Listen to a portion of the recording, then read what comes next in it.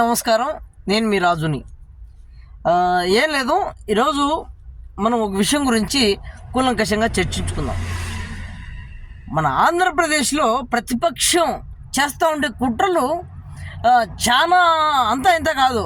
అంటే నాయకుల వరకు అయితే ఓకే, సామాన్య ప్రజలను కూడా ఇబ్బంది పెట్టే క్రమంలో ఈరోజు వాళ్ళు ఎంతకు దిగజారిపోయినారు అనే దానికి ఒకే ఒక నిదర్శనం ప్రకాశం బ్యారేజ్ను కూల్చివేయడానికి పెద్ద కుట్రే పన్నారన్నమాట.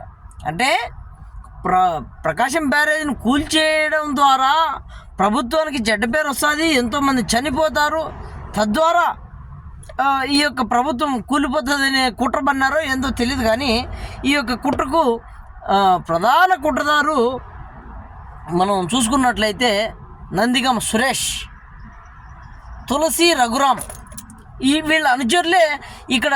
వీళ్ళ అనుచరుల చుట్టే ఈ యొక్క కుట్ర కేంద్రీకృతమై ఉందన్నమాట.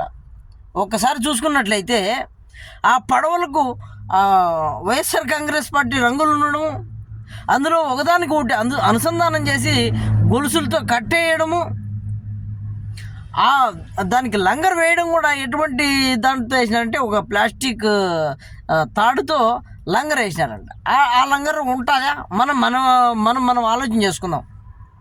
కాబట్టి వీటిని ఈ చిన్న లంగర్ వేయడం ద్వారా తెగిపోతుంది, తెగిపోయి ప్రకాశం బ్యారేజ్ కట్టుకుంటుంది, అందువల్ల నీటి మట్టం పెరుగుతుంది, అప్పుడు కూలిపోతుంది అనే ఉద్దేశంతో వీళ్ళు ఇంతటి నీచానికి దిగజారినారు.